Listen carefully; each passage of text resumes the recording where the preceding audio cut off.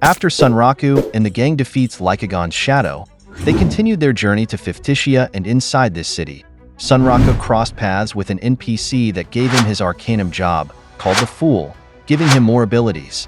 While that was happening, K-Womi aka Oikatsu asked Sunraku and Pencilgon to come with him at the global game competition. In this video, expect to see some Pirates of the Caribbean action as Sunraku continues his quest to defeat Lycagon the Night Slayer. Let's get started. After that scene, we shift to the story of K-Womi, or as we better know him, Oikatsu, and it was explained here that he was a pro gamer. 3 days after they defeated Weatherman the Tomb Guard with Sunraku and Pencilgon, he went alone to Tearlight Lake, and here he grinded by killing live-tide lake serpents. While fighting a monster, Oikatsu commented that this was surely ending because he knew how much stamina a live-tide lake serpent had. Unexpectedly, the monster splashed water towards him, slightly obscuring his vision, so the serpent quickly tried to hit him with a tail whip, but it turns out he was just bluffing and easily dodged it, and as a lethal blow counter, he used Spirit Fist Red on it, and when that hit the live-tide lake serpent, he managed to defeat it.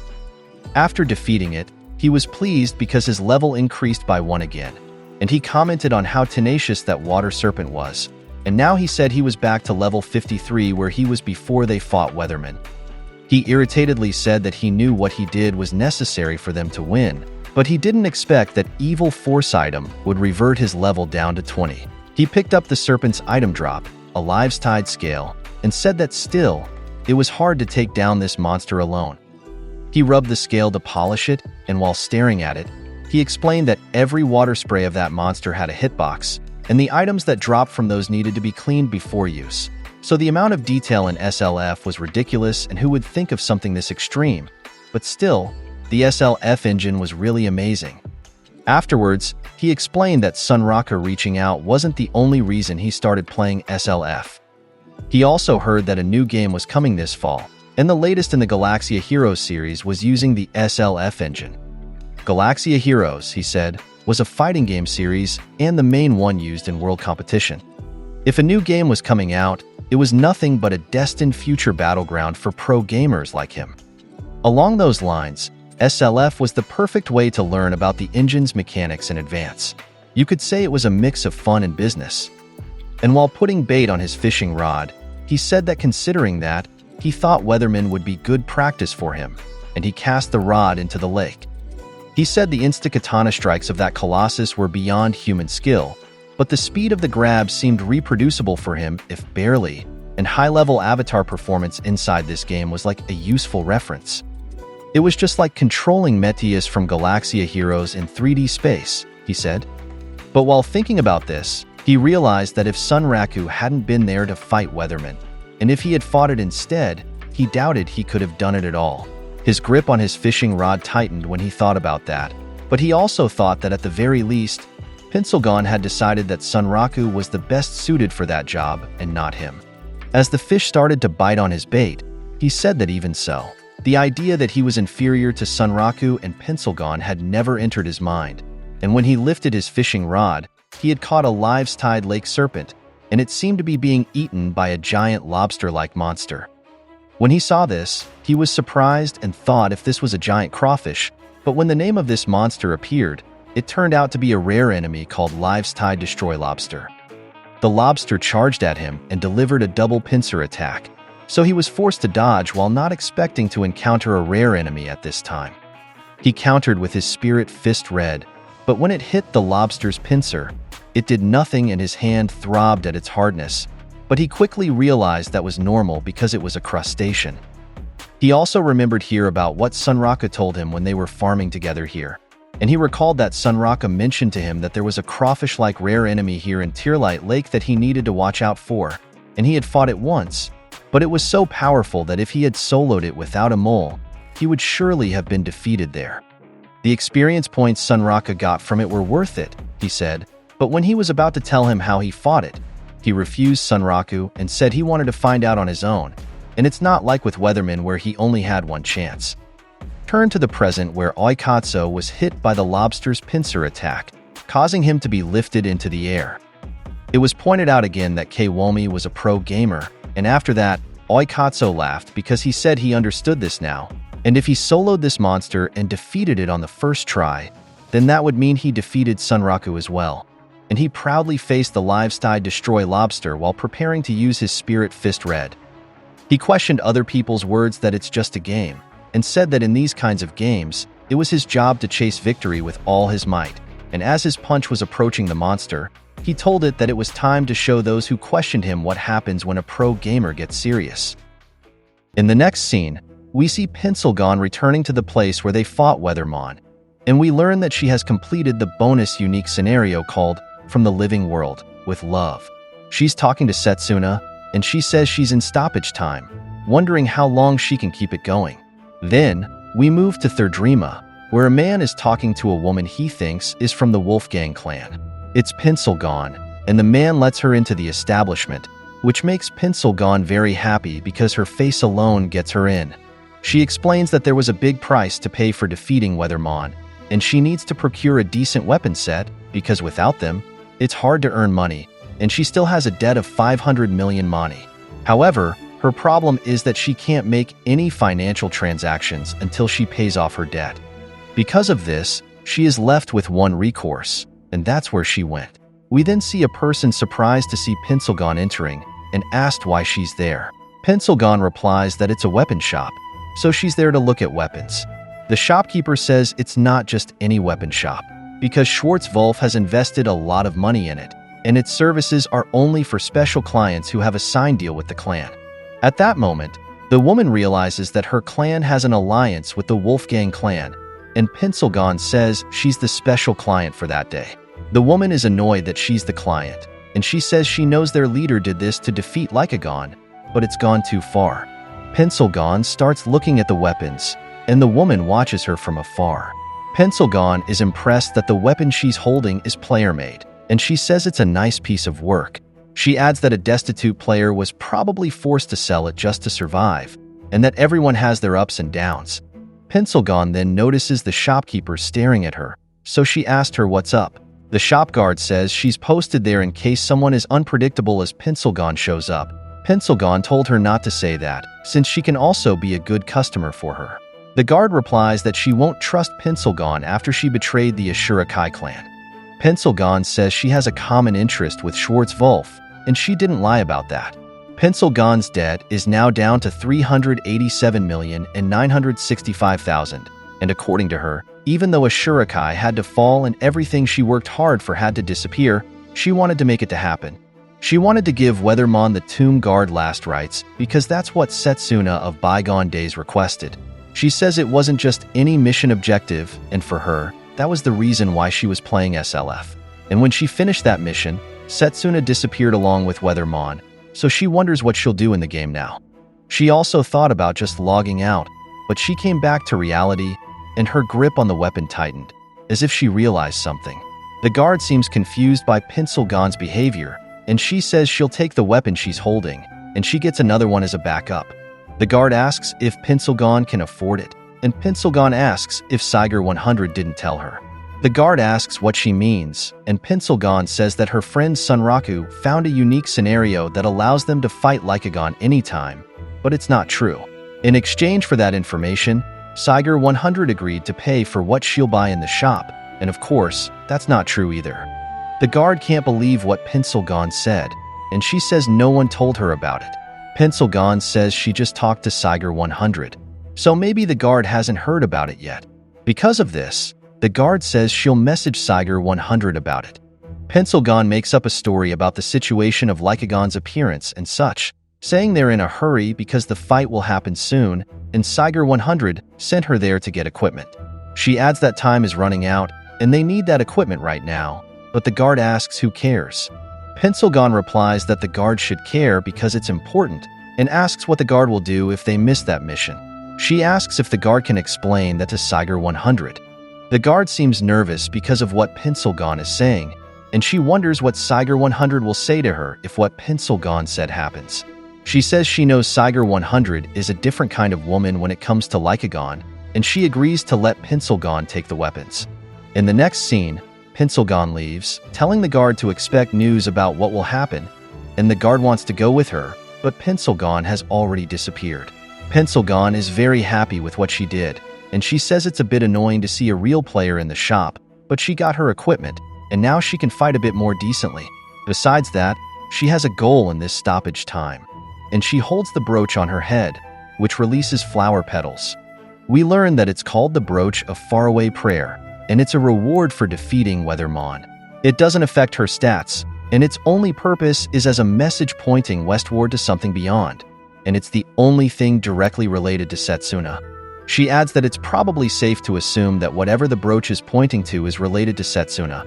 Even if it's not, she can pretend she's not aware of it. So she says she has a lot to do. But the first thing she wants to do is shore up her foundation and strengthen the Wolfgang clan. Pencilgon arrives at a castle, and she says it's the castle of the Archduke of Thrydrima. She says she's seized many thrones already, but now she wants to do it legally to win more power. Then, someone calls her, and she wonders who it is. It's the guard from the Schwartz-Wolf shop, who says she knows Pencilgon is lying because Siger 100 knows nothing about what she said. Pencilgon realizes she's been caught, so she escapes, saying she'll just talk to Momo about paying for it later, because it's the same anyway. However, the guard is very angry, saying she saw Pencilgon grinning at the castle, and she'll probably storm the castle using the weapons she stole. Pencilgon says she wants to beat up the guards, and use that to hopefully get a job offer.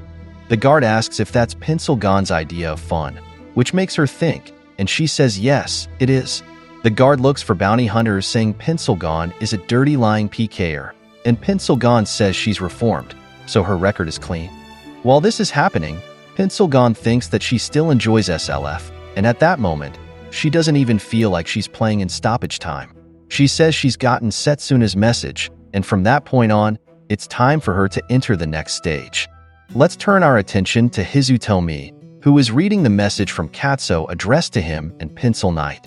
Katsuo is inviting them to join him at the Global Game Competition, a massive event where games from around the world are announced and showcased. It's held in different countries, but due to Shangri-La Frontier and its astounding tech that's sending shockwaves through the entire industry, the organizers chose to hold the GCC World Showcase in Japan, the home of SLF. According to Hizutomi's understanding, Katsuo will be playing in the upcoming GGC esports event that he's aching to beat, but Katsuo's teammates have backed out, so he might have to forfeit. Then, he texted someone, and it was Pencil Knight. He asked her what she thought about Katsuo's message, and Pencil Knight replied that if Katsuo would owe them, they should listen to him, but it depends on what Katsuo owes. Hizutomi then replied that Katsuo will pay for everything, and if he's asking both of them for help, then he's pretty desperate. He adds that there are only 2 days left before the GGC, and it coincides with when he's busy with SLF. Hizutomi plays SLF again, and he's wearing armor at Belak's workplace, counting. Belak tells him to take it easy and think about what he's doing, and to not just dive into it. Meanwhile, Emol is stopping her sister from approaching Sunraku, saying it's dangerous if she gets close. Sunraku continues his counting, so he apologizes to Belak because he needs to do this, and finally, he reaches 180 seconds. After that, the armor Sunraku is wearing suddenly comes off, and Belak says the armor she made is now slag, while Emol comments on how messy it is. Sunraku realizes that the armor comes off him at exactly 3 minutes, and no matter what the defensive stats are, the time for the armor to break due to contusion is the same. Belak is furious and asks Sunraku how many items he's going to destroy. Sunraku replies that it's important for him to know what Lycagon's contusion does to him because if he's not familiar with it, he might get into trouble later. However, Belak didn't accept this reason and tells him not to test it on the armor she made. But Sunraku argues that he needs to see if the effect is the same on high defense gear. Sunraku also says that he now understands how Lycagon's contusion works, and no matter the quality of the gear, it will come off him after 3 minutes. He's also sure that this applies to non-standard tactical gear, so given that situation, it's better to think of the armor as a temporary buff rather than actual equipment. He adds that thinking about the 3-minute limit in battle will be difficult, but he has more leeway now that he knows how contusion works, so it's probably not that bad. Belak says Sunraku is just destroying equipment, noticing that his Giltabril is now fixed. He praises Belak as the best ancient craftsman he knows, and Belak tells him to treat it better because repairing re-legacy weapons isn't easy. Sunraku says yes, and he still has something he wants to power up and have Belak fix, which makes her disbelieve how much more Sunraku wants her to do. Sunraku adds that he has money to pay, and according to a mole, Pete's bought many things from them, so they're rich. Sunraku adds that he has little time left before meeting Rust and Mordo, so Belak needs to hurry, and encouragingly added that they know she can do it. Because of that, Belak headbutts Sunraku while angrily complaining about all the work he is making her do. Let's move to Fictitia Shipyard, where Sunraku arrives. He says he had no idea that fixing and enhancing things was so expensive, so the money he got from conquering the previous area is gone. He asks Amul if Belak ripped him off because she seemed huffy, and Amul replies that she's not like her sister Elki, and stressed she'd never do that. Sunraku tells Amul to be quiet and stay concealed, and Amul replies that she wishes she could walk as a human, so Sunraku apologizes because he needs to conserve mana potion. He adds that there are many rowdy-looking NPCs in that place, and sarcastically says it's a great place to choose as a meeting point, and that meeting point is at the restaurant. At that moment, a person is suddenly thrown out of the restaurant door, angrily saying that he will make a certain winch pay, so Sunraku asks if he's okay. The man asks what Sunraku is looking at, seeming to realize something, so Sunraku asks what's up. The man says never mind. Then we also see the ruckus happening inside the restaurant. Rust tells Mordo to be quiet because she knows this place, so it seems Sunraku recognizes them, a lanky man and the child with him. Sunraku asks Rust what she's doing, saying she's the smallest in that place but the toughest, which surprises Mordo. It seems Mordo recognizes Sunraku, but Rust gets angry at what Sunraku said, so Mordo tries to stop her. However, Rust has already charged, telling Sunraku to shut up and calling him a half-naked freak. Sunraku dodges Rust's punch, and Imul flies towards Rust, covering her eyes. Rust calls for Mordo because she can't see, and Imul asks who that is, while Mordo is calming Rust down because the one she charged at wasn't an NPC, which surprises Rust. Sunraku says that even if he were an NPC, does Rust need to punch strangers for no reason? He adds that their avatars are very different from Nephilim, and Rust realizes it's Sunraku. She asks what's up with Sunraku's outfit, and if that's his thing. Sunraku replies that of course it's not, and he's getting tired of that kind of joke. Then they discuss what Lycagon did to Sunraku, and Mordo seems impressed, given what Sunraku did to a unique monster. Sunraku says he was already topless before his fight with Lycagon, but they have a long history, and Rust says people's stares are killing her because she's with Sunraku, but Sunraku argued that the reason people stared was because Rust kicked their butts. Mordo asks if Amul is also part of Sunraku's unique scenario, so Sunraku answers yes, and Amul introduces herself to them. Mordo is impressed by what he learned from Sunraku's story, including the robots in the inventory, since there's so much about it that nobody knows, so Rust warns Sunraku that he better not be lying about that. To which Sunraku replies that Rust should do the same. Then, someone asks what their next step is, and Sunraku answers that he wants to take on a unique scenario that will lead him to Katarnat of the Abyss. Mordo says they went there to find the NPC that would lead them to that quest, but they haven't had any luck. Sunraku, seemingly annoyed, asks if they're sure about that, and Mordo replies that they don't know the exact conditions that trigger it yet. Rust says that when she beat up NPCs there before, she encountered one calling himself the Great Pirate Messenger, who took her to a man called Great Pirate Stewed. Sunraku imagines what Great Pirate Stewed looks like, and asks if he's the one giving them the unique scenario, and Mordo answers yes. That was also the reason why they started fighting the NPCs earlier in order to repeat the process, and it's good that it's early so there are no player witnesses. Sunraku says it's scary to see that, but asks why Rust needs to do that, to which she replies that the NPCs started it. Sunraku then asks if the first thing they'll do is find the Great Pirate Messenger, and Rust says he's probably on his way, so Mordo asks if she's sure. At that moment, someone arrives at the restaurant, saying he wonders what commotion is happening in that place, and he says he haven't seen her in a bit, so he assumed she chickened out, pointing at the wimpy little girl, who is Rust. Sunraka questioned if that boy was the messenger they were waiting for, but Mordo said that's not exactly the case. The man says he's not the messenger, so they should kneel to the glory of the great renowned pirate, the irrepressible, undefeatable Stewed. Sunraka can't believe that's the Stewed they need. Then Rust said that without that little kid's help, they won't be able to access the unique scenario they need, and they won't be able to get close to Katarnit. In the next scene, someone is talking about the game Furia Chronicle Online, where there's a bastard of a dude named Ark, and people call him Evil Ark. He uses his position as the beloved child of the spirits to serve as one of the game's villains. Some of Ark's actions include framing the player's party, sending strong foes to assassinate them, poisoning the village well, throwing monsters at the player, burning forests, and stealing vital items. He's a character designed by an irresponsible dev team just to piss off players worldwide, and the stress he gives players is just crazy. We learn that the narrator is Sunraka, and he says that because of Ark, his standards for asshole kids are pretty high. At that moment, it's shown that Great Pirate Stewed is bothering Mordo, hitting him, tickling him, and teasing him for being skinny. Stewed laughs at Mordo, telling him to fatten up, and Rust asks if being bratty is Stewed's only personality trait. According to Sunraka, he's a bit much for Rust and Mordo, but still a cute kid in his eyes. We then see Stewed losing his temper while talking to Rust. So Sunraka comments that he has a short temper, and he's just another bratty kid trope.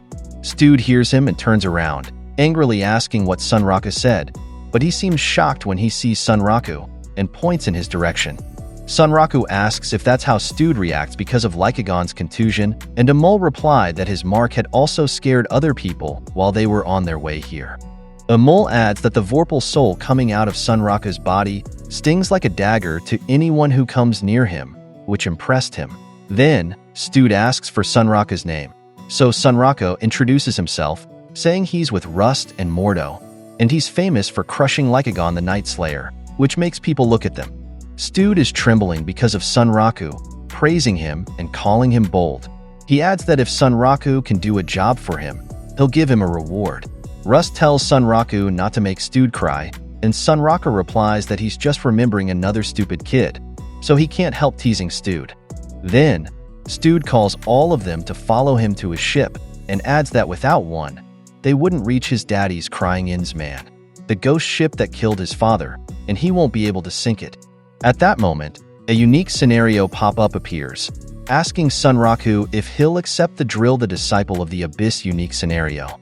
He looks at Rust and Mordo, seemingly asking for their approval, and he remembers what they told him about the person taken by the ghost ship, who was offered to the Master of the Abyss, so he accepts the unique scenario. Excitedly as he did so, he looked forward to meeting the so-called Master of the Abyss. Let's move to the docks, where Stewed says the ghost ship appears in the sea, accompanied by a strong storm. His father encountered it, boarded the ghost ship alone, and fought the monsters inside, so his crew and ship survived, but at the cost of his life. Sunraka asks Stewed if he wants revenge. Stewed answers yes, and he needs to sink it for his father, and when that's done, he'll become the captain of the Scarlet Whale, the flagship of the Red Whale Pirates. Sunraka is surprised by the size of Stewed's pirate ship and says that it looked nice. Then, Stewed orders his men to load up the cargo because they'll leave after an hour, and to bring their weapons too.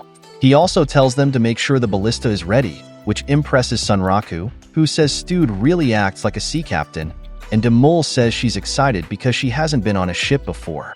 Sunraka says that Amol is swung around and doesn't get hurt, so seasickness shouldn't be a problem. Besides that, he says the place looks sketchier compared to other parts of the city. Mordo says it was all hastily made to house crews building ships to the new continent, and that place is called the Back Alleys. Sunraka then pointed out that now that those ships are completed, the area has become a lawless zone. At that moment, someone says to move aside, so Sunraka wonders where that came from. It's men carrying barrels, and they say the famous Red Whale Pirates barrel delivery is here, which surprises Sunraka. They say it's all for Sunraka, and their delivery is complete.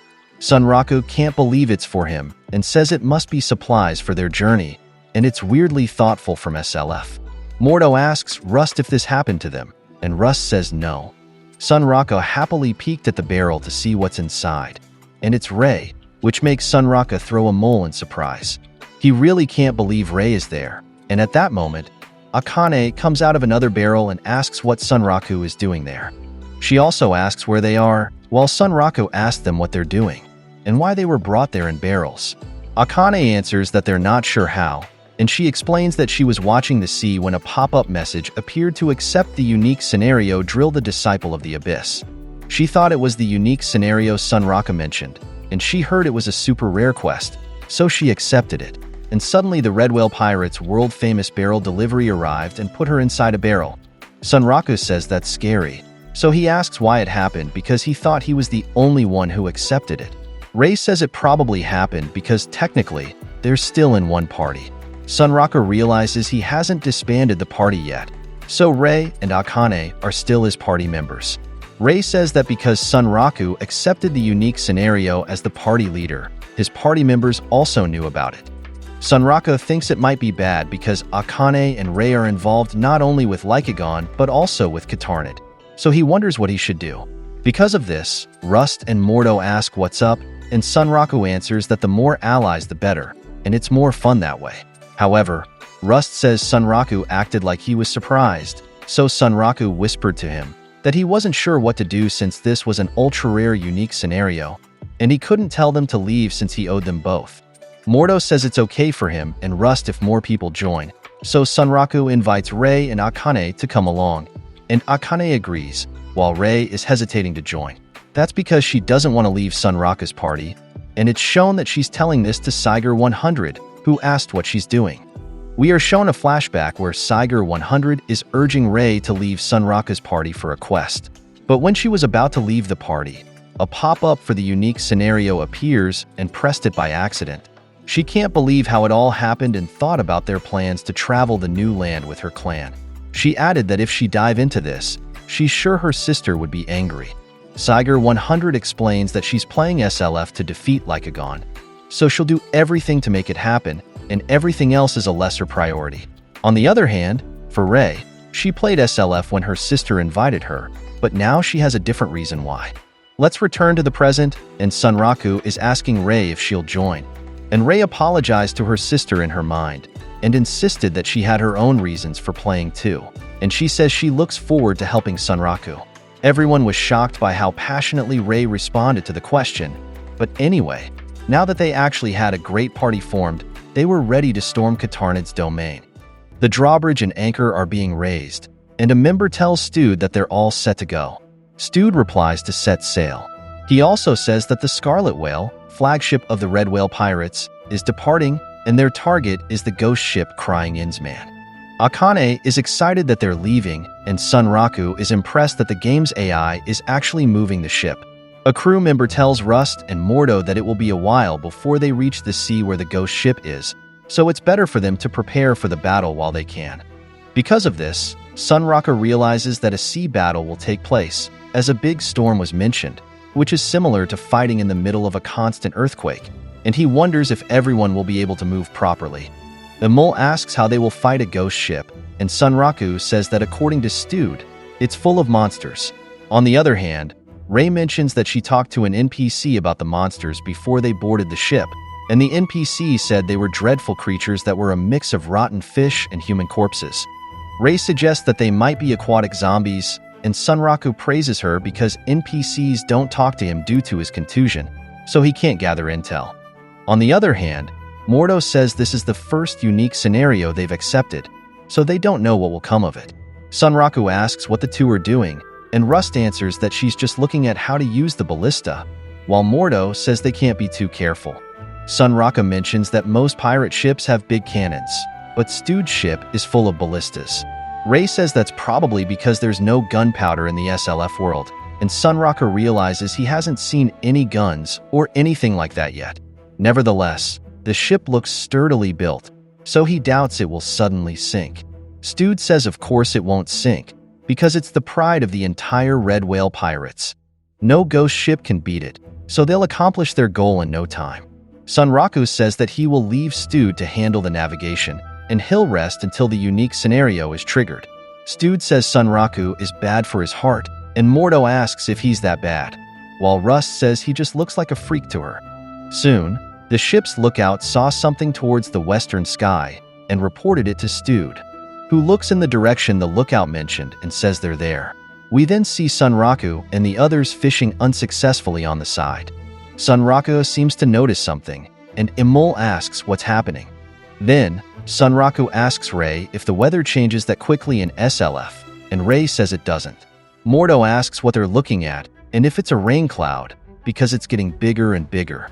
A crew member says that must be what they're looking for because it's just like before, and Stude says he's not afraid because he's his father's son. The seagulls have left the area, and Sunraku says the whole sky is dark. He adds that usually, a pirate ship from a horror game slowly emerges from the fog or something, but it's different in SLF. Suddenly, there's a lightning strike in front of Stude's ship, frightening him and a crew member. Then, something seems to be emerging from the sea, causing the waves to intensify and shocking everyone inside Stude's ship. Rust realizes that the ship that emerged is the Crying Inns Man, and its monsters are ready to fight. Sunraku is surprised by the Crying Innsman's appearance, and Ray mentions she sees many figures on the ghost ship's deck. Sunraku says he can't see them clearly, but they might be the fishmen, and Imul says the ship is scary. Some of Stude's crew are frightened, while others have steel nerves and are eager to fight. Sunraku tells them not to shoot recklessly and to wait for them to get in range. Then, a stuttering Stude said that he was the one giving the orders on this ship, but Sunraku tells him to say it standing up. Sunraku also asks if Stude thinks he can avenge his father in that state, and Stude seems to be struggling with the situation. The ghost ship charges at them, and a crew member mentions this to Stude. Mordo asked if it was trying to ram them, to which Rust agreed. A crew member asked Stude to dodge, but he said no since it'll open a hole on their ship. So they'll face the ghost ship head-on, which surprises the crew member. Akane is also surprised by Stude's decision, saying the Crying Inns Man is in bad shape, while their ship is sturdy, so they should be able to handle it. Sunraku and Stude exchange glances, indicating that the captain has stepped up. Imul asks Sunraku if he's sure it will work, and Sunraku replies that the captain has spoken, so they should just follow. Sunraku then told his party members not to fall into the water, and Stude shouts for everyone to brace for impact because they're about to collide. Sunraku says the Crying Inns Man is right in front of them, so it's time to conquer it, and the two ships crash into each other. The monsters of the Crying Inns Man were flung away due to the collision of the two ships, as were Stude's crew members, including Akane and Sunraku, who told Imul to hold on. As Stude had said, his ship withstood the head-to-head collision with the ghost ship, but a crew member reported that their ship's prow was stuck to the ghost ship, prompting Stude to request a damage report. At that moment, the fishmen zombies from the Crying Inns Man had also infiltrated the Scarlet Whale, frightening Stude and his accompanying crew member. The zombie charged at the two, but it was pierced by an arrow, who was shot by Rust. She praised Stude for standing his ground, saying that from that point on, it's their turn to attack. Ray cut off the hand of a fishman zombie, while Akane parried another's attack and slashed the zombie, resulting in an instant kill. She said that although her level wasn't that high, she could still hold her own, and she faced another fishman zombie. Akane charged forward, and suddenly a fishman attacked her from the left, but Sea Crew arrived and beheaded the monster. He told Akane to stay alert, so she apologized to him. Another fishman monster was beheaded, this time by Sunraku, who said things were getting exciting.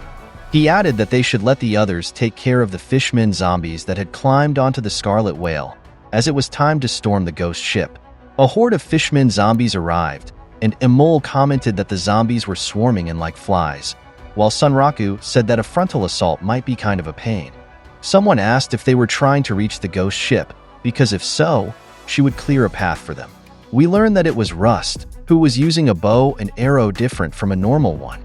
Sunraku was surprised to see Rust using a magic arrow, as he had thought Rust was a close-range fighter like Katso, but she turned out to be an archer.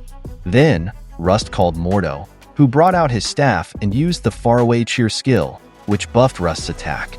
Rust told the fishmen zombies to move aside, calling them minnows, and released her magic arrow, which became an AoE attack that cleared a path for Sunraku.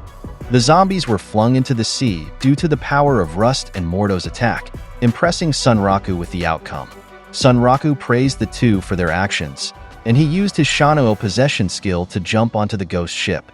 Upon arriving on the ghost ship, he was immediately surrounded by Fishman zombies. He planned to use his newly enhanced Empire B Twinblade V4 to test its powers. A fishman rushed at him, but he effortlessly blocked its attack and stabbed the fishman multiple times, and its body seeming to decay rapidly. Sunraku explained that the upgrade to the twin blades must help apply corrosive poison more frequently against the monsters, and their bodies would quickly disintegrate.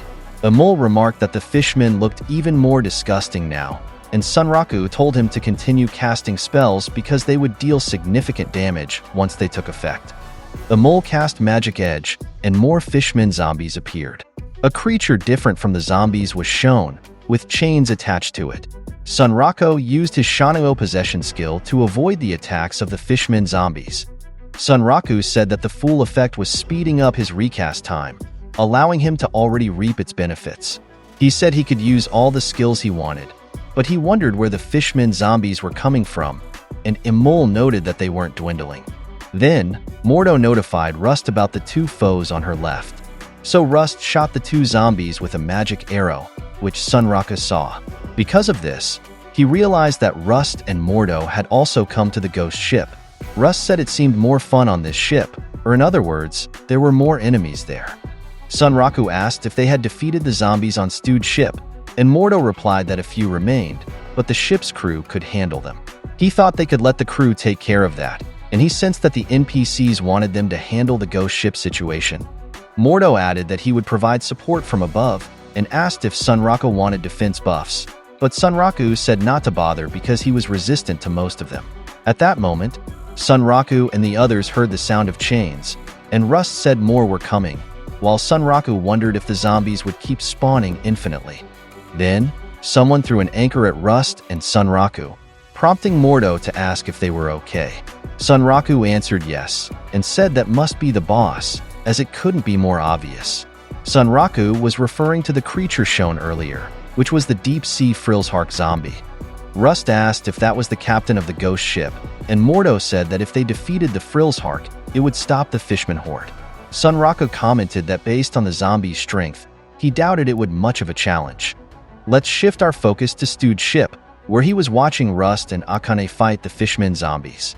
He didn't seem to like what he was seeing, and a crew member said they had knocked off the zombies, but they kept climbing back up. He suggested that Stew go inside because the deck had become dangerous.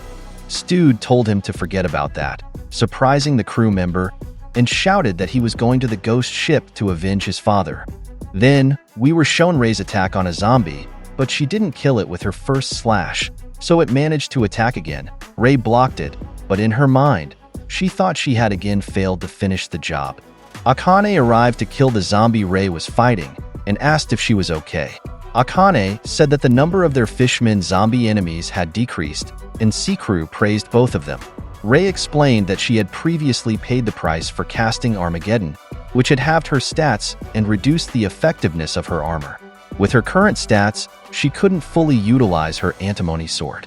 Another fishman monster approached them, and Ray thought that she couldn't continue to be a burden to her party, so she appeared to open her game inventory to retrieve something. We return to the battle of Sunraku, Imul, Rust, and Mordo, where the boss had arrived, and Imul was excited to fight, and Sunraku thanked her in advance. Then, Sunraku picked up Imul and told Mordo to catch the bunny. Imul asked Sunraku what he was doing, and Sunraku replied that Imul had mastered the Super Imul cannon against the Usurper Dragon, so what he was about to do wouldn't be a problem. Sunraku threw Imul, who protested that she hadn't mastered anything, and luckily Mordo caught her. Sunraku asked for support from Mordo, and said they should start causing a ruckus. He added that he had also improved his moon blades and marsh daggers through the ascension process. His weapons were now called Dekusrum, and this would be the first time he'd used them. Sunraku charged forward, so did the zombies and the boss, while Mordo ordered Rust to attack from the left, saying he and Imul would handle those on the right. Rust followed the order and started shooting arrows at the zombies on the left side of the ghost ship, while Mordo and Imul prepared to cast spells.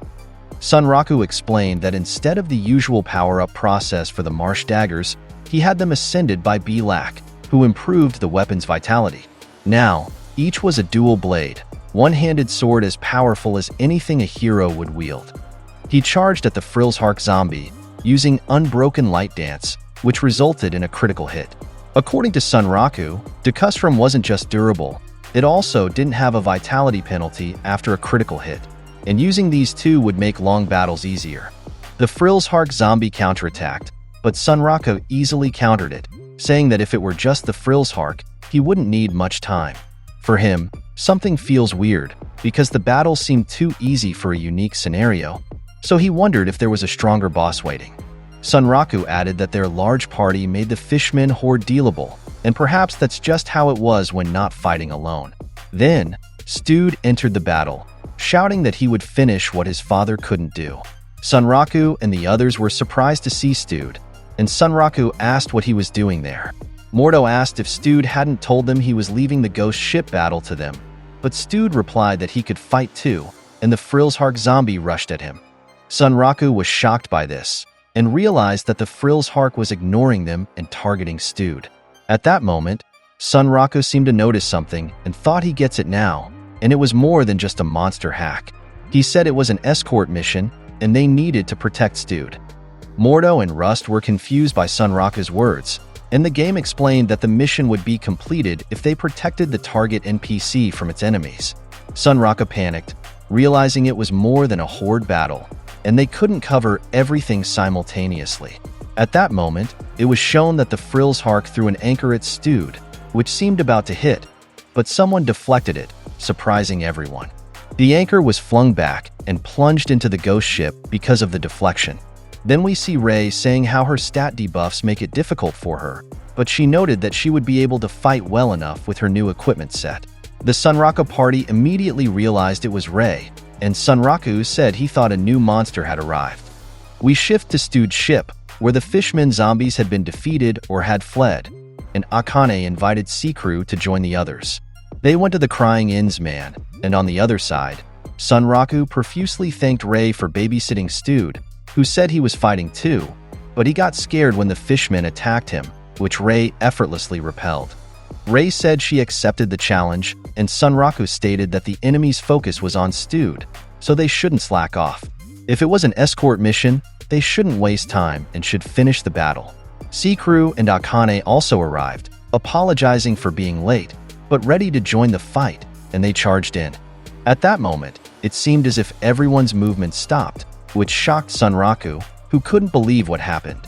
He avoided the Frillshark's attack and thought it might just be in-game lag, but he said he had never seen such jitter in SLF, even when they fought the overdressed golem. As this was being explained, bubbles were shown coming from the depths of the sea, as if there was a creature or something down there. The bubbles from the depths rose to the surface of the sea, signaling that the creature or whatever was creating those bubbles was approaching the two ships. We returned to the battle, and while Sunraku was fighting the Frillshark zombie, he told Stewed to step back for now. At that moment, Sunraku was still thinking about the lag that had occurred, as it was the first time he had seen lag in SLF. Then, lightning struck the ghost ship, and the waves intensified, causing Akane to scream in fear, so Sea-Crew told her it was just due to the weather. On the other side, Mordo and Amul were also scared, as well as Stewed, because it seemed like they were falling off the ghost ship. Rust said they couldn't fight in such conditions, and Sunraku agreed, saying that was all he could do to hold on. At that moment, a whirlpool appeared, dragging both ships into it, causing several Fishmen zombies to be flung off. Additionally, the bubbles from the sea were shown again, and suddenly, a massive octopus tentacle emerged. Sunraku saw this and seemed to recognize the creature that appeared. Amul panicked due to the size of the creature that emerged, and she seemed to recognize it too. She shouted that it was Katarnid, shocking everyone, and Katarnid grabbed the ghost ship and destroyed it. The Sunraku party was still inside the ghost ship, unable to process that Katarnid was indeed there. Mordo even said that it was supposed to be just a regular unique scenario, so why were they seeing one of the 7 colossi? While Rust asked if they should fight, Sunraku said that it was connected to the bonus unique scenario. He added that they should wait a moment because if this was going to happen, they should have been given some kind of warning. At that moment, the bonus unique scenario appeared. Behold the abyss above, as the world turns on its head. Sunraku shouted not to tell him this when Katarnid had already attacked them, grabbing the ghost ship and taking it to the depths of the sea. As this was happening, Sunraku gradually blacked out, but soon he woke up, wondering if they had reached the ocean floor. Sunraku's thought was correct, and he seemed surprised and confused about where he was. He asked what was going on, and searched for a mole and his other companions.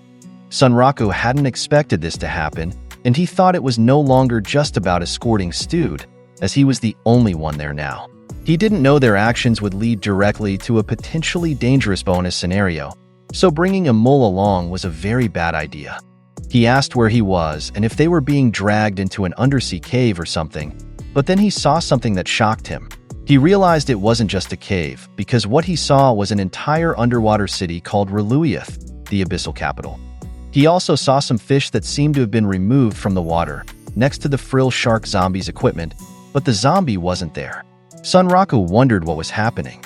Then, he opened his game menu and said he had encountered Katarnid earlier than expected, which was good. The invitation to this bonus unique scenario was a bit rough, but he'd let it slide. He wondered what kind of powerful monster the devs had created for them in the form of Katarnid of the Abyss. If the devs wanted him to fight Katarnid, and if Katarnid wants a piece of him, he would fight this unique monster. But before that, he needed to know where a mole and his party members were, so he started searching for them.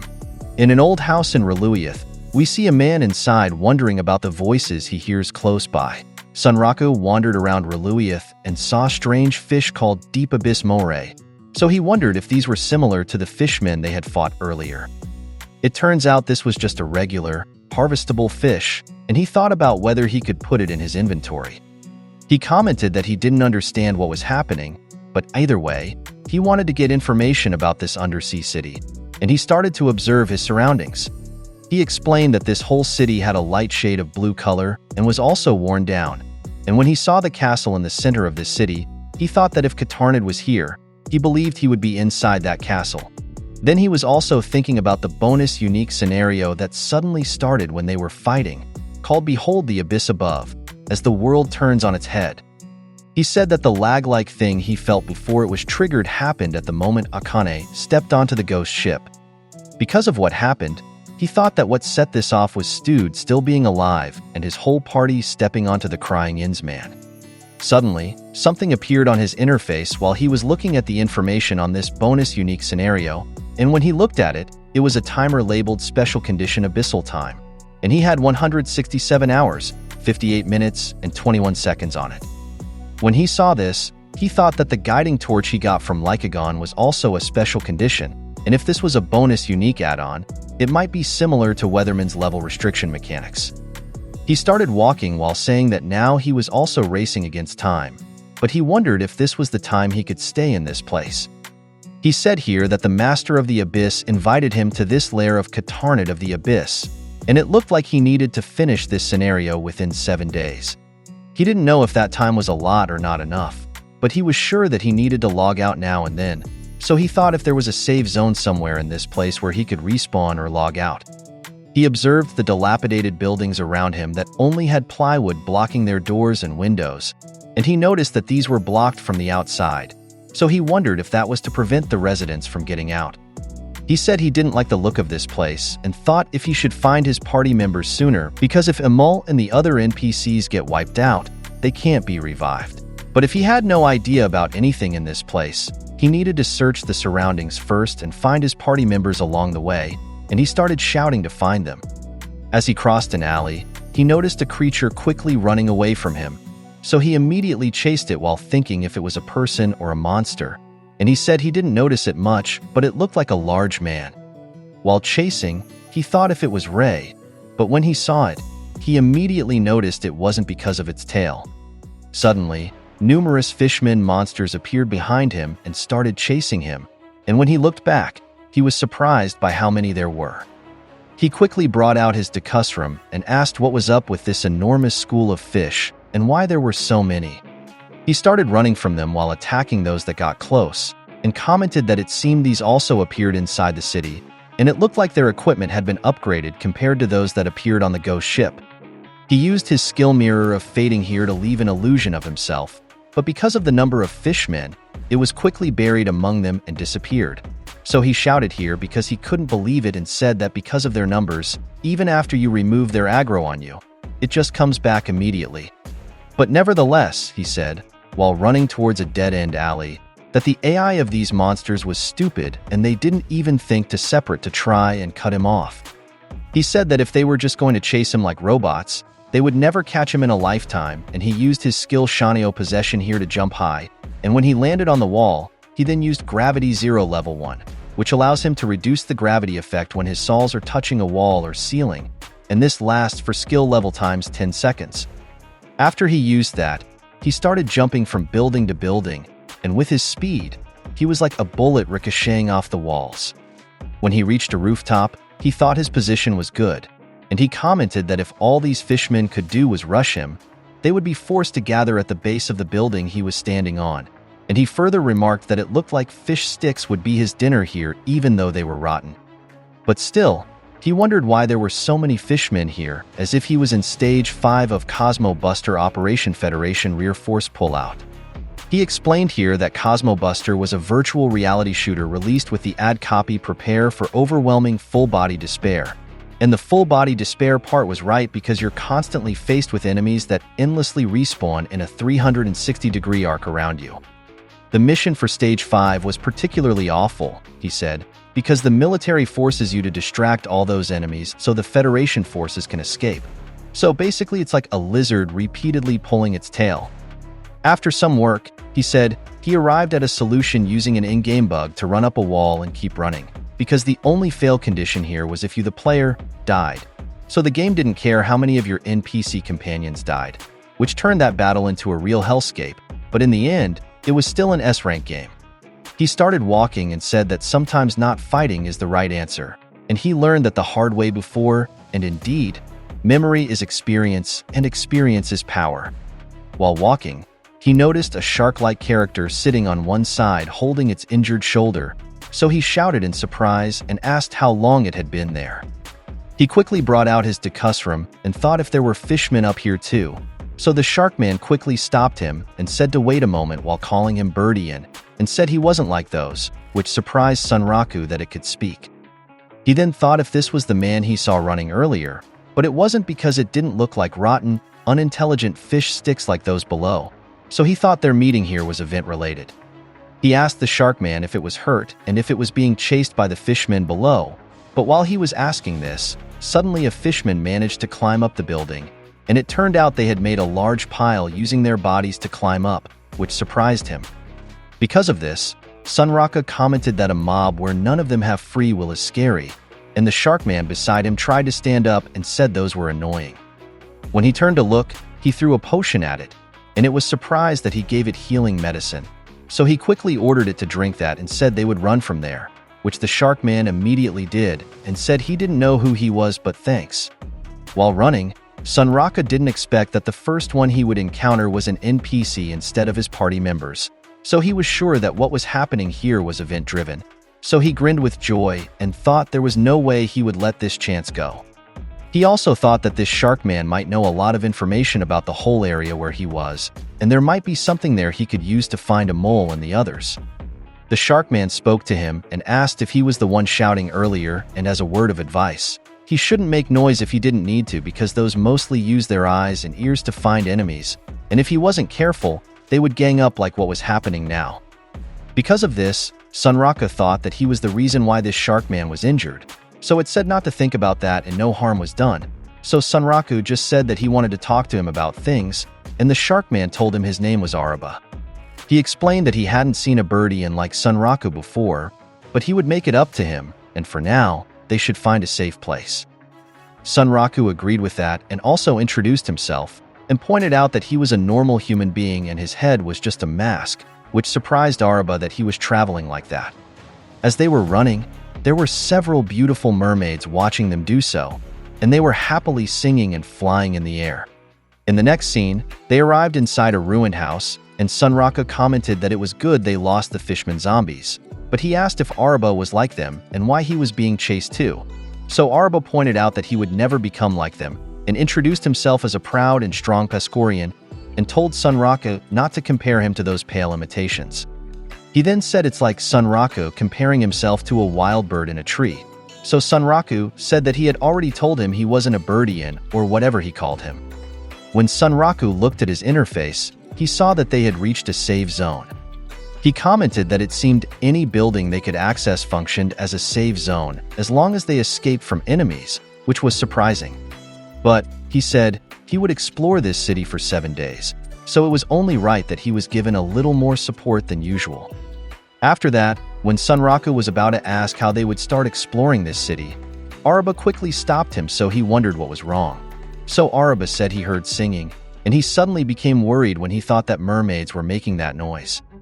Sunraku turned to the window and saw several mermaids singing with their beautiful voices, and he was amazed because they were really flying in the air and said they should look at that closely, but Araba worriedly said if he was going crazy and that they had already started their first move, so they needed to leave there now. Araba seemed to feel an extraordinary pain in his body and shouted and fell to his knees while trying to cover his ears, which worried Sunraku, and he started to explain that their human-like top half was just bait to catch their enemies off guard, and it was just a front, and when they found their prey they would start singing, while Sunraku asked if he was okay. Sunraku realized that what they were hearing was a debuffing song, and if so, he thought if these women were monsters. He also commented in his mind that Araba seemed tough, but was constantly getting beaten up, and he said that if their enemy was a debuffer, his contusion would take care of that. The mermaids continued singing here while Sunraku decided to climb to the roof of the house they were staying in and brought out his Dekusrum, and he commented that now he understood that if you didn't notice the front of these mermaids, you would assume they were NPCs and lower your guard. The mermaids sang even louder, but even though Sunraku was right in front of them, he wasn't affected, and he said he was warning them that they could be as dashing or ravishing as they wanted, but they couldn't stop him from killing them. Before long, the mermaids became worried about Sunraku, and while Sunraku was casting Gravity Zero and Shanao Possession, he said their debuffs wouldn't work on him and their flying trick wouldn't be an advantage either. Sunraku jumped towards them, and using his daggers, he targeted their necks, but the mermaid he was targeting managed to dodge, so she grinned at him. However, it turns out it solidly hit the mermaid's neck, and because of that, she held her wound and started to panic, and Sunraku was pleased because he had outsmarted them. He explained that he used Flitfoot to stage that counter, and it worked because the monster thought it had dodged. When Sunraku landed on the rooftop of a building there, he received 50 damage, so he was surprised and said he received more fall damage than he expected. The mermaid whose neck he cut was visibly enraged, and he quickly drank a healing potion while saying that he seemed more prone to accidents in mid-air battles, so he would heal here as much as he could. However, he was notified here that his stamina didn't recover, which puzzled him, but he quickly realized that his Fool Arcanum allowed healing items to fail on him. The mermaid started charging at him angrily, so he decided to face it without healing, but unexpectedly, Araba suddenly charged in. Araba ran quickly, and after jumping, he bit the mermaid that was charging at him, so Sunraku turned to look. When Araba landed on the ground, he threw the mermaid he had bitten towards another mermaid, but the one he threw it managed to dodge, while the one he threw hit the roof of a house hard. Araba's rage was visible, and before long, he shouted for the fish to come at him, assuming they wanted to be ripped apart by his teeth. Because of that, the other mermaids started moving away in fear, so he ridiculed them and said in the end they were just fish. After that, Sunraku told Araba that he fights pretty wildly and added that he isn't so bad after all. Araba then pointed out Sunraku's airborne maneuver and asked him again if he's a birdian, to which Sunraku irritably replied to drop it already. Araba then said that in fact, he had lost his weapon in this city, and what Sunraku saw earlier was some kind of secret last resort. He suddenly remembered something and asked Sunraku if he had seen a single-bladed sword in his travels, and showed how big it was and said it was a fine piece forged by a master dwarven craftsman, to which Sunraku replied he was sure he hadn't, and the moment he arrived in this seabed city, he was attacked by the fish horde. Araba turned to look at him and questioned his mention of Seabed City, but realized that Sunraku had just arrived there, so he wouldn't know yet, which puzzled Sunraku. He started to explain that what they saw above them was not a stone ceiling, and that it was the bottom of the deep sea. So Sunraku stared at it, and Araba added that what was below the ground they were walking on was the sea surface, and below that was the sky. So Sunraku said wait a moment, and said he was a bit confused and asked if the bottom was above them and the surface was below.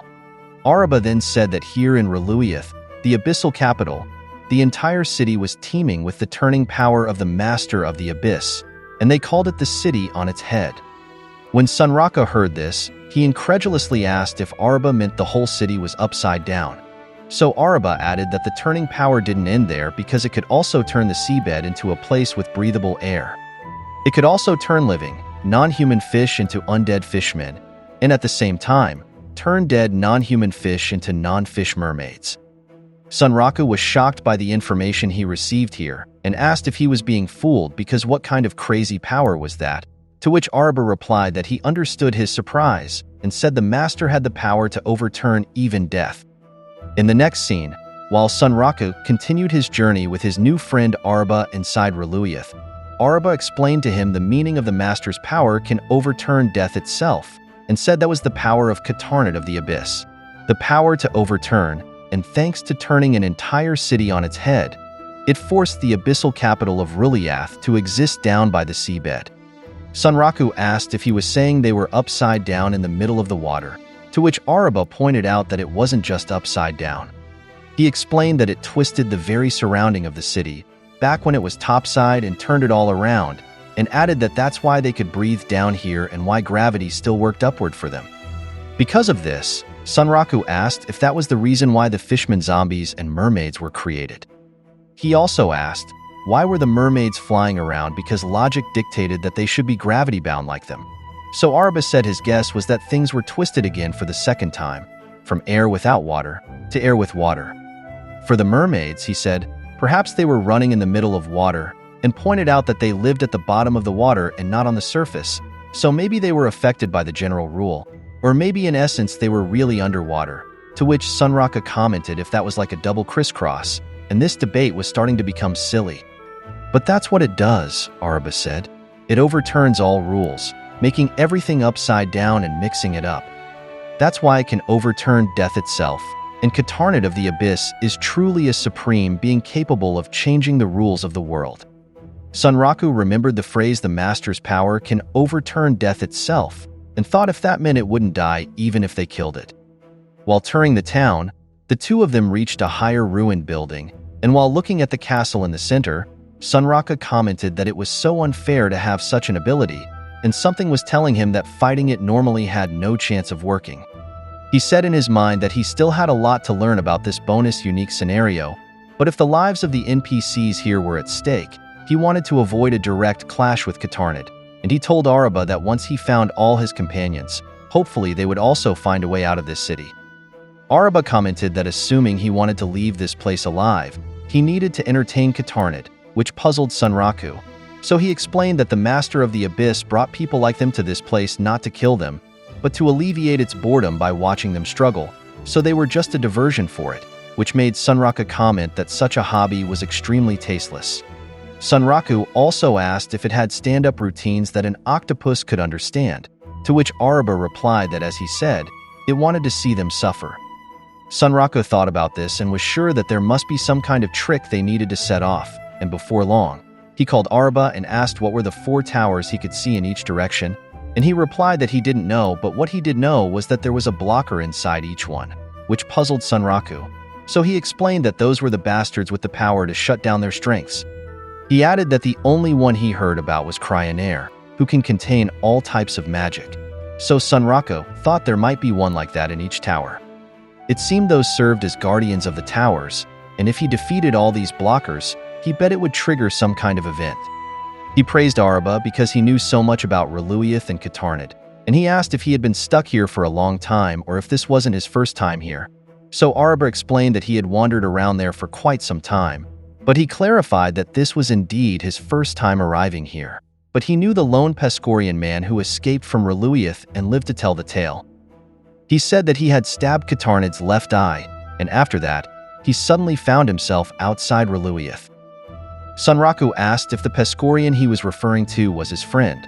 So Araba replied that it was something like that and pointed out that it was his grandfather, which made Sunraku stare at him and ask if that meant his family had a history with Katarnid, to which Araba replied that that was all he knew. After that, Sunraku asked how long they would stay here all conspicuous. So Araba asked if it was correct that he climbed up here not just to see the towers. So Sunraku pointed out that he also wanted to get an overall grasp of the city, but was he right if he said that one needed to remain hidden while traversing this place? To which Araba replied, of course, because the fakers or the undead fishmen were scattered all over this place. Araba said that was his reason for wanting to leave this place, but Sunraku said that if he was going to search for his friends here, it would take longer if they both remained hidden, which left Araba speechless and nervously said, "Wait a second." And what was Sunraku thinking of doing? So Sunraku replied questioningly that if he wanted to be seen, wouldn't it be better to stick out more, causing Araba to shout to wait a moment and not do that. But he couldn't stop him anymore, and after taking a deep breath, Sunraku shouted at the top of his lungs and asked if there was anyone in this place. Because of this, the fakers and mermaids looked in their direction, while Araba shouted in concern if he was crazy and what he was thinking. But Sunraku just silenced him and started listening carefully to the surroundings. He gradually heard a voice calling him, and when he listened carefully, he heard it coming from an alley. Sunraku was delighted and said he got a reply, so he immediately ran towards it while saying it was surely a mole's voice and it was close to them, while Araba was asking if this was really the time for that and they would be surrounded. Sunraku told him to stop worrying too much and said the mermaids couldn't sing while moving and the zombies there had single-digit IQs, so Araba just asked what his plan was. Sunraku replied that if they keep running at full speed long enough, he reckoned things would work out okay probably, and when Araba looked behind them, he saw the numerous enemies which worried him. Before long, Sunraku saw a mole tearfully running, while shouting his name while carrying Stewed, who was also crying. He was glad to see the two and said they would be okay there because all the fishmen were focused on him, but a mole worriedly pointed out that wasn't her problem and it was what was behind her. Suddenly, the building behind a mole was destroyed and a giant monster that was chasing them emerged. Sunraku and the others were speechless and shuddered when the giant monster appeared, while a mole and Stewed cried even more in fear. Because of this, they started running in the opposite direction while Sunraku shouted if no one told a mole not to bring weird strangers to their house, to which a mole replied no one did, and to help her with this.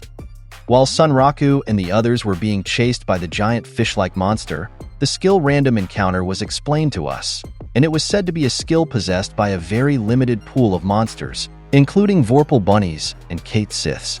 This was said to be a sort of last resort one casts, or rather screamed out desperately by the weak and ineffectual when facing a danger they had no chance of overcoming. The effect of this skill is to summon a non-active monster that exists within the local area, and that summon monster is picked at random, but its level is between 1 and 1 skill level times the caster's level. Because a mole summoned it, we can multiply her level of 72 by 1.8, and the result is a level 129 monster, and Sunraku commented here that this was the result of that math. It turns out that the monster chasing them was an Arctis regalicus, and it was a level 125 monster. So Sunraku shouted that a mole had only made the situation worse for them, while she was tearfully telling him to help her. The Arctis regalicus then released an extraordinary breath attack towards them, which frightened a mole even more, while concern was also visible on Sunraku and Araba's faces. Sunraku was shocked that the monster also had a breath attack and asked what kind of freak a mole had summoned, and he bet it was as strong as the golden scorpion. Araba then asked him what they were going to do about it, and because it wasn't a monster conjured by Katarnid, he knew nothing about it, to which Sunraku was surprised that it was summoned from outside of Reluyith, but he quickly thought about it and asked Araba if he remembered the building they had rested in earlier, and he said he would get the attention of that Arctis regalicus while Araba should take a mole and the others to the building he mentioned. Araba was worried about his idea of taking on the monster alone, while Amol only now realized they were with a fish-looking person, so she asked who that was, while Stewed was scared and shuddered because there was another fishman here. He shouted that he wouldn't agree to Sunraku's wish to cooperate with a fishman because he was so scared, which left Araba speechless. Sunraku told them that he wasn't asking this without a plan and he would join them right after, and asked Araba again to help him. Araba replied that if that's what he wanted, they would be even. Emol and Stude's extreme fear was visible when they were almost hit by the monster's body, so Araba got their attention to take Stude on his back. Suddenly, Emol started returning to her normal form, which surprised Araba, and before long, she completely transformed into her bunny form, causing her and Stude to fall. Sunraku and Araba were forced to stop to pick up the two while Emol was commenting that it was bad news because she had forgotten to monitor her mana potion intake. The monster started preparing to send a breath attack, so Sunraku was worried about this, but from their side, someone suddenly cast bamboo lightning, and it solidly hit the monster's face, stopping it from attacking. It hit solidly, and the bamboo shoots were so strong that they pinned it to the wall, and while staring at it, Sunraku noticed that the bamboo was familiar to him. Other undead fishmen started charging towards Emol and Stude, so Emol panicked that they were still coming, but fortunately, a character suddenly jumped from the roof of a nearby house, and it turned out to be Rust with Sea Crew, and she immediately prepared to release two magical arrows towards the enemies charging at Emol, while commenting that she wondered why it was so noisy, and thought it must be Emol and the others. She sent the two magical arrows to the fishmen, and like homing missiles, they solidly hit their weak spots. When they landed on the ground, Sea Crew was glad Emol was safe, and so was Emol, while Sunraku was also happy to encounter Rust. Suddenly, Araba picked up Stude and Emol and shouted at all of them not to just stand there talking because they hadn't escaped from the enemies yet. They turned and saw that numerous undead fishmen were indeed still chasing them, so Araba quickly ran while telling Stude to hold on tight to him. Sunraku agreed with him and told Rust and the others that they really needed to leave, while Rust was still wondering who the fishman with them was and if he was an ally or enemy, so she aimed her bow at him, to which Sunraku became worried and shouted to wait a moment, and that he was friendly, and it was very clear from the context. In the situation of the Arctis regalicus, it had managed to remove the bamboo shoots that Sea Crew had placed in its mouth, and it started chasing them again, causing Sunraku to comment on how quickly it had recovered. Even Sea Crew couldn't believe that it had broken his bamboo lightning so easily, so he asked what manner of foul scoundrel this was, while Sunraku said he had no time to explain but they should just follow Araba the Pescorian and he would take care of this.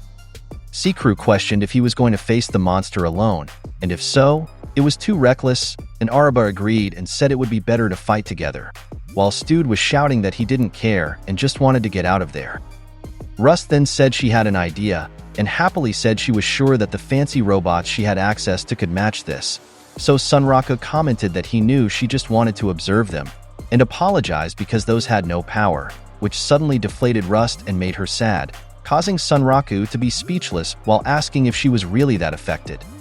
After that, Sunraku pointed out to her that even if he was caught by that monster, he could return to the respawn point where they would meet, but if they died there, they would be far apart and he would need to track them again, and if that happened to any NPC with them, she knew what that meant, to which Rust agreed with him. Sunraku whispered to Rust that he will show her some robot stuff later if she kept them alive, which excited Rust and she shouted that she would give it her all, causing Sunraku to thank her for being manipulatable. After that, Rust and the others continued running with the NPCs, while Sunraku turned to face the monster chasing them and used Mirror of Fading. After his illusion appeared, he stepped back and the monster attacked it.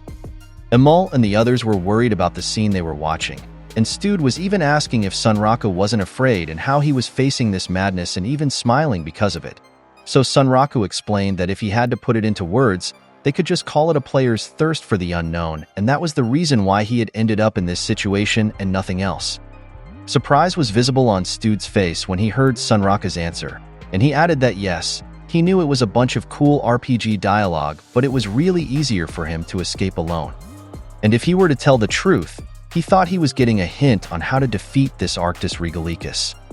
The giant monster continued chasing Sunraku, and he commented that he didn't need to make an effort to defeat it, but now that he had spotted its weakness, he couldn't resist. He told the monster not to look at him as food because birds always attack fish, and in fact, these are what they eat. Sunraku quickly jumped from debris to debris of buildings hit by the Arctis regalicus, and after reaching the spot he was targeting, he immediately used Unbroken Light Dance to deliver extremely fast strikes to the monster's body. He thought here that against such a large enemy, he must be dealing some damage, but it was like a giant ball of tough hide, and while remembering how it destroyed Seacrew's bamboo lightning, he added that its attack power was also strong. What's worse, he said, was that like the mermaids, it could swim in the sky as if it were water, and when it performed a charging onrush, it released a ton of force. Even when it was just moving normally, it was destroying the horde of fishman zombies in the area. And if that wasn't enough, it also had a long-range breath attack, and it could move anywhere in any way, so it was extremely difficult to fight.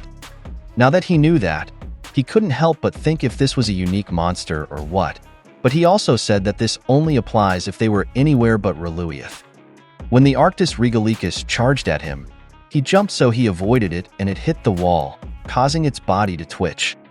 While in the air, Sunraku told the monster that the first reason was it was using Katarnid's crazy powers to fly in the air, but it wasn't just flying, and if it asked why, it was because all its motions were still affected by water resistance. If it wanted to accelerate underwater, it needed a decent amount of distance for that. Meanwhile, they were in the labyrinthine city of Reluith, and every time it hit a wall, it slowed down so it couldn't accelerate very quickly, and even if it gained momentum in the sky, he would just duck behind an alley to stop its speed.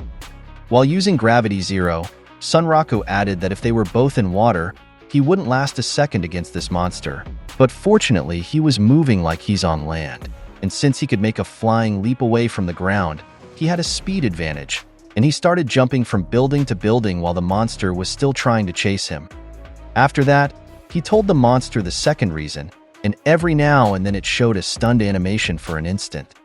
At first, he thought it was somehow being damaged by the fishman zombies, but it was still doing it even when the fishmen were gone. So he would say it was pure coincidence, but he thought that those fishman zombies attacks had a powerful poison element that even they could give giant monsters like the Arctis Regalicus a poison status. Now, he said, that poison was flowing through its body, and that meant it was taking damage at regular intervals over time. Sunraku also commented that that rotten bunch of fish was really a headache, and he really needed to watch out for them, and it was good that he decided not to charge at them. Suddenly, the giant monster charged its breath attack and immediately sent it to the speaking Sunraku, surprising him, but he managed to dodge even though he lost focus a bit. While dodging, because of that, Sunraku thought that he also needed to watch out for that attack, but it seemed it couldn't rapid-fire that kind of attack, and as long as he didn't move too far away, the monster wouldn't use it. While using Release, he said that the last reason had nothing to do with Reluith, but this monster just had bad luck, and he grabbed onto this monster. It just so happened that Sunraku was raised by a father obsessed with fishing, and he passed on to him a lot more knowledge about it than he wanted. Sunraku started charging at it, and using his Dukusrum, he stabbed the Arctis Regalicus in the gills and shouted that he taught him how to fillet someone like him. Because of this, the monster screamed in pain and started thrashing and banging its head on nearby buildings, while Sunraku confidently remarked that they are not in the ocean. In these parts of Reluith, he said, all of its abilities are not as unfair as the Golden Scorpion. After that, Sunraku prepared again and commented that he had set up his strategy, so now it was a war of attrition where they would see who would run out first. The toughness inherent in this monster's body, or the endurance of his Dukusrum, where he also warned it that it was made for durability. Sunraku began to charge at the Arctis Regalicus, and in the intensity of their battle, they were thrashing the surroundings. While this was happening, we shifted to Akane, and as she was running, she heard the explosions caused by Sunraku and the monster. So she thought that's where all the monsters were going and she wouldn't encounter any. She thought that perhaps one of her companions was in a battle there, so she needed to help, and she also hoped Seacrew was okay. When she reached a cross-section of an alley, fortunately, she encountered Mordo, and when he saw her, he happily asked if she was Akane, and finally he had encountered someone, while Akane agreed and asked if he was also heading towards the noise they were hearing. Mordo agreed and explained that there was no way they wouldn't notice such a big action, and if all their companions were running towards it, they might easily find them. So Akane was pleased and immediately invited Mordo to move. We then went inside a house in the area, and here Rei opened her interface while looking reluctant. It appears she had decided to log out and leave Sunraku and the others in this situation, so she apologized sadly. We return to the intense battle between Sunraku and the Arctis Regalicus, and here he managed to stab its gills again using his flame decapitator, and he was still easily dodging the monster's attacks, so he told it that it was too slow.